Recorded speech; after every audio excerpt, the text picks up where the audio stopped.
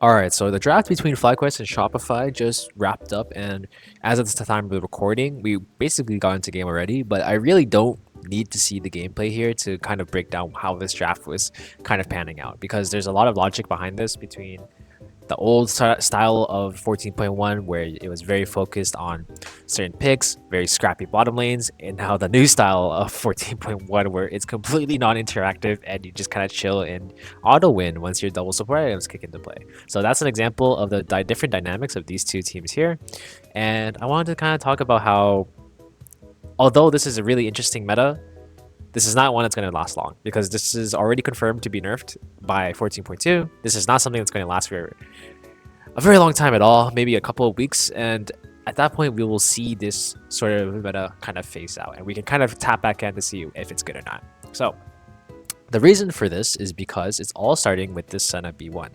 And the reason the Senna is prioritized now is not because she was low-key good the entire time and not realized, it's just because the meta has adapted because of the itemization relating to double support.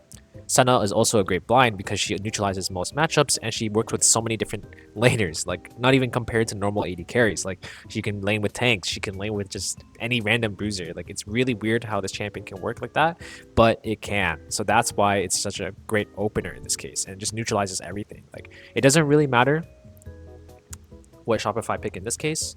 It's totally reasonable for them to go for a Lucian Nami pick here because, you know, it's good in a vacuum. It generates great pressure. But I would say in the context of what current bottom lanes are dominating, I feel like a Senna ban would have probably been justified here because now you get this dynamic where they lock Senna Seraphine 1-2. And this is the only reason why Seraphine is in this meta as well, by the way. There's no real reason for her to be strong otherwise. So the way this would actually work is just justified by FlyQuest's bans, because the only way that this 1-2 could actually have issues is because of an impenetrable engage, right? Or unstoppable engage, which the two primary junglers in the game right now, I would say, offer that, Nocturne and Vi. And both of these champions have engage that's pretty much something that cannot be stopped. And when you see this 1-2-3 here from FlyQuest, you have a bottom lane that can basically just chill and do nothing to every matchup, and then you have a mid laner that's great blind that's to supplement that. And with Azir gone as well, like you basically have some of the best champions in the game in every slot right now. And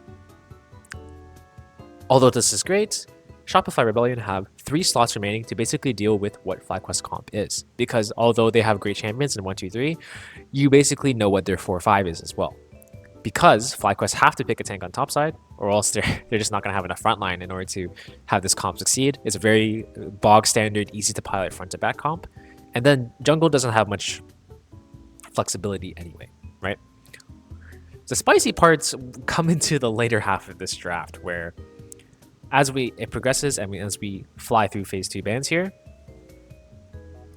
we actually noticed that Shopify end up going for a Zac on R4. So I'll just jump to it real quick. And this is most definitely a Zac mid tech because we already see there's Xin Zhao, obviously. Zac's not a great jungler at all, so they're just gonna slam it, be like, hey guys, here it is. You can deal with it. And to be honest, I think this was an opportunity for Shopify to pick something on 4 because you already know what champion that FlyQuest needs on top side here. So like let's say you're Shopify, and if you want to pick the Zac mid anyway, then you can actually go for something like the Gwen on 4. Because then it doesn't need resources, it allows you to funnel into your Lucian Nami, and you know that FlyQuest is going to pick a tank anyway. So I think that was a missed opportunity from them. And they could have done something like that. Or they actually ended up picking Shopify ended up picking Aatrox on 5 for their R5, which is actually a decent matchup, but not something that's going to be able to reach very easily. So I even would have been down for a Yona pick on 4 and then actually allow for something to be flexed between both roles here, or even just take into the Oriana if they wanted to.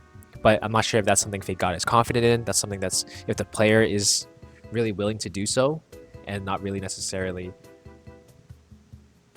something that every team is able to do. But however, what is an absolute in this case is that this Poppy on B5 is only here because of how strong it is into the Shopify comp, especially with the Zac mid, right? Like I said, the conditions are the same for FlyQuest. They just need to live. and they need to do their tickle comp, and they just need to do their thing. And slowly but surely, they will win the fight. It's very boring, but that is how their dynamic of their composition works. And I feel like, especially on R4 here, with the Zac, this adaptation was really half-assed in my opinion. They didn't do their due diligence into understanding like, okay, if we're gonna go for this pick, are the things we're going for really going to be able to answer against them?